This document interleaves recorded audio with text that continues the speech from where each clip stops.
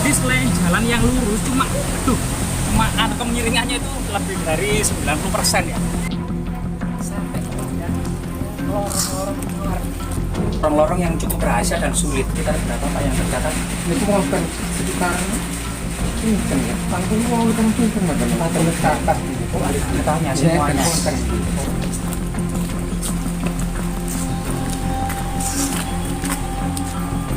Guys, jangan lupa like, subscribe, dan komen ya kan.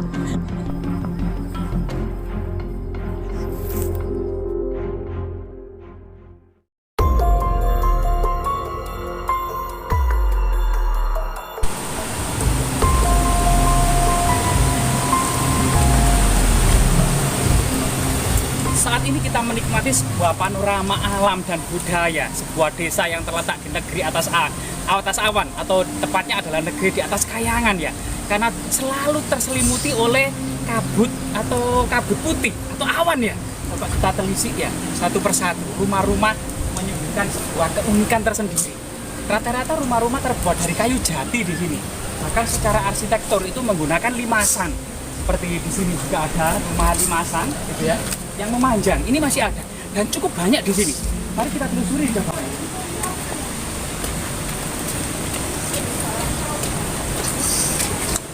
Saya coba di sini ada jalan ya menuju ke kayangan.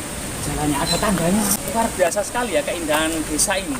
Tepatnya itu di Desa Gumeng, Kecamatan Gondang, Kabupaten Mojokerto, Jawa Timur. Dan Gundeng ini juga penuh dengan story atau cerita ya. Jadi selain jalan yang lurus, cuma kemiringannya itu lebih dari 90% ya. Nah, di sini ada disediakan tangga naik. Memang cukup curam sekali. Rumah-rumah terlihat ya, genteng-gentengnya itu dari atas ini. Mang Gumeng ini punya story. Jadi desa Gumeng ini memiliki story ya, miracle story, sebuah cerita rakyat yang berkembang. Gumeng itu ternyata berasal dari bahasa Jawa yang artinya ngolekin jememeng, atau pencariannya itu berkelimpungan ya. Jadi waktu itu memang tetua desa kalau katanya mencari lokasi yang sangat strategis itu berkelimpungan. Jadi sampai kemudian ketemu desa Gumeng. Nah, disitulah kemudian dari ngolekin jememeng menjadi Jumeneng atau berdirinya desa Gumeng. Di sini memang ada juga jejak-jejak kolonial atau kemudian sebuah pahlawan namanya Kapten Sunaryo ya. Itu wafat di sini karena dijatuhi bom dari pesawat tempur militer Belanda ya, itu jatuh pas di tengah desa ini. Waktu itu konon katanya Kapten Sunaryo itu kemudian wafat di sini. Nah, kita coba mencari di situ. Nah, pemandangannya di sini cukup banyak ya. Jadi desa ini itu berada di tepat di bawah lembah, dikelilingi oleh jurang-jurang. Semuanya jurang-jurang itu mengelilinginya gitu ya.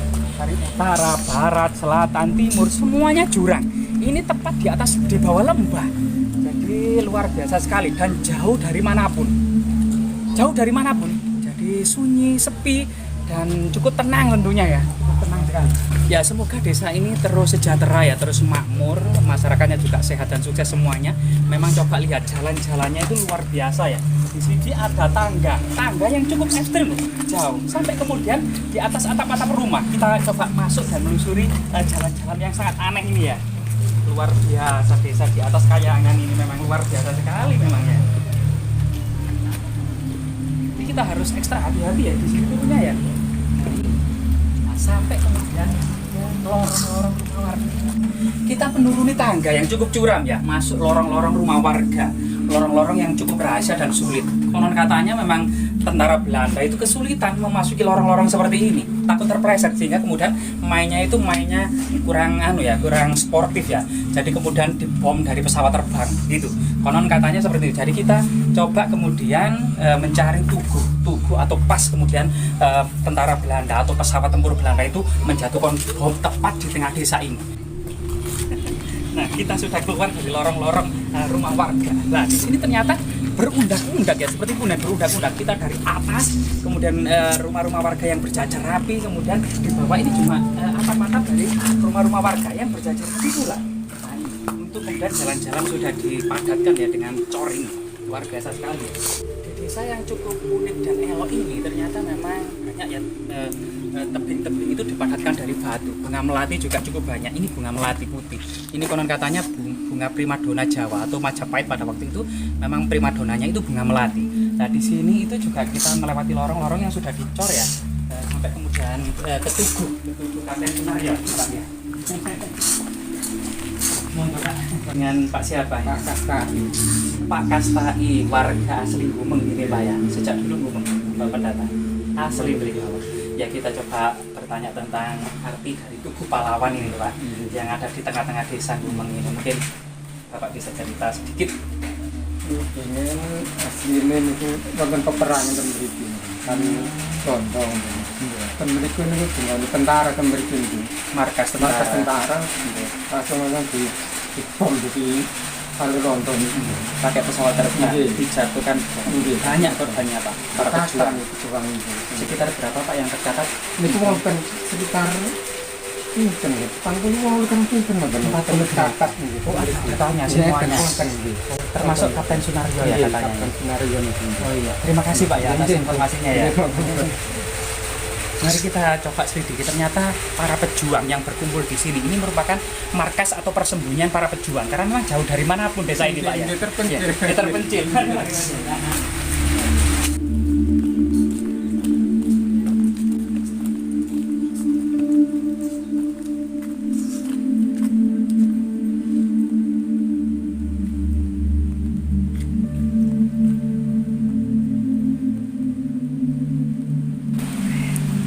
Ternyata ya, jadi di sini itu ada nama para pejuang yang dahulu memang di sini itu sebuah markas persembunyiannya para pejuang Indonesia.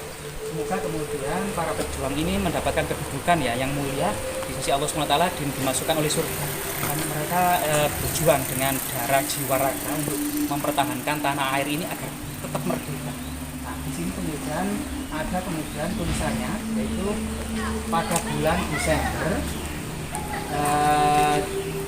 di sini pernah terjadi pertempuran melawan penjajah Belanda di bawah pimpinan Ki Sunaryo. Jadi Kapten Sunaryo.